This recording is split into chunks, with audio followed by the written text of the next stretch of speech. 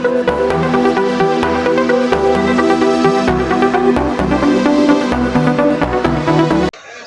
আজকে শ্রমিকদের ন্যায্য অধিকার প্রতিষ্ঠা করার জন্য দীর্ঘদিনের এই সংগ্রামকে আমরা আরো বেগবান করতে চাই।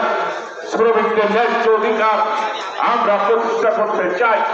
আমাদের দেশের প্রধানমন্ত্রী, যাকে বাংলাদেশের মানুষ সর্বোচ্চ ভোট দিয়ে বাংলাদেশের প্রধানমন্ত্রী নির্বাচিত করেছে, তিনি ইতিমধ্যে ঘোষণা দিয়েছে খুলনার খালিশপুরের মাঠে দাঁড়িয়ে বলে গিয়েছে যেখানে বন্ধ কল কারখানা খুলে দেওয়া হবে।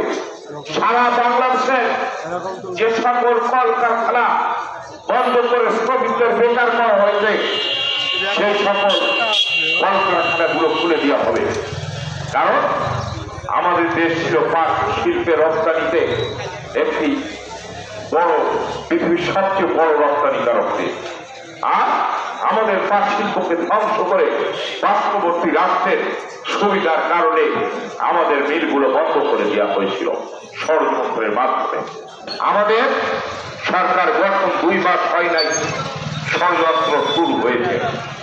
ষড়যন্ত্র শুরু হয়েছে কিভাবে বাংলাদেশকে আবার উত্তপ্ত করা যায়, আবার কিভাবে বদ সৃষ্টি করে সাধারণ মানুষের অধিকার কেড়ে নিয়ে ওরা ইচ্ছা মতো রাজত্ব করতে পারে, তা ষড়যন্ত্র চলছে। আপনাদের সজাগ থাকতে হবে। কোন ষড়যন্ত্র আমরা বাংলাদেশের বাড়িতে আর হতে দেব না। কারণ একবার ষড়যন্ত্রের শিকার হয়ে 17টি বছর আমাদের রাজপথে স্লোগান দিতে হয়েছে, অনেক জীবন হারিয়ে গেছে, অনেক লোক বঙ্গোত্তকরণ করেছে। এই নেতাকর্মী নিঃস্বের মতো ঘুরে বেরিয়েছে। এই দিনটি আমরা আর কখনো চাই না। আমরা চাই বাংলাদেশ সুন্দর থাকুক, ভালো থাকুক, আমার দেশের মানুষ স্বাচ্ছন্দ্যে জীবন যাপন করুক। এই দেশে অরাজকতা তৈরি করে কোন খোলা পানিতে মাছ শিকারের কোন পরিবেশ করতে দেওয়া যাবে না। আজকে জামাত শিবির গতকালকে সংসদে দাঁড়িয়ে বলেছে ওরা নাকি বেহেশতের টিকিটের কথা বলে নাই।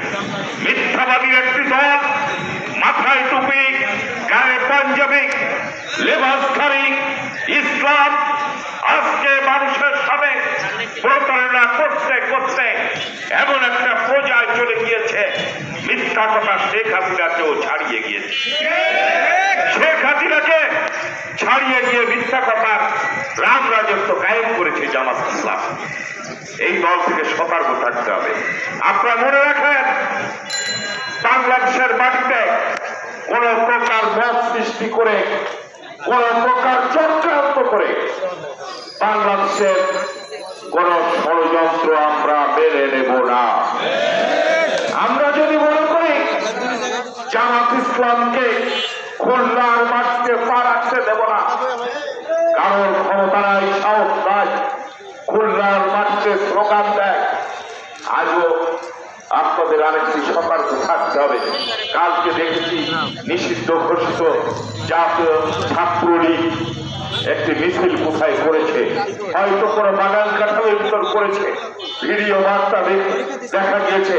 আমি প্রশাসনের দৃষ্টি আকর্ষণ করছি, যেখানে নিষিদ্ধ ঘোষিত সংগঠন মিছিল বের করবে, আপনারা তাদেরকে ওই ভিডিও ফুটেজ দেখে গ্রেফতার করে জেলখানায় নিক্ষেপ করে। যদি মনে করেন যে আপনারা ধরবেন না, আপনারা ওদেরকে সুযোগ দেবেন। আমাদের দলের নেতা কর্মী যদি আইন হাতে তুলে দেয়, ভালো হবে না। প্রশাসন, পুলিশ ভাইয়েরা, আমরা আইন হাতে তুলে নিতে চাই না। আইনগত ব্যবস্থা প্রয়োজন, না হলে কিন্তু আমরা আইন হাতে তুলে নিতে বাধ্য হব। ইনশাআল্লাহ শ্রমিকদের সকল ন্যায্য অধিকার এই সরকারের আমলে আমরা প্রতিষ্ঠিত করব।